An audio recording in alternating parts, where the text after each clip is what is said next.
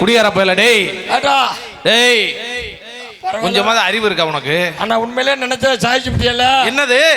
சரிடா சூப்பர்டா. டேய் ஐயால என்னடா ஐயாவே அண்ணாக்கிறீங்களா? பொம்பளைக்கிட்ட அடியை வாங்கிட்டு அங்கே என்னடா அவரை போய் ஒம்பளுக்குற?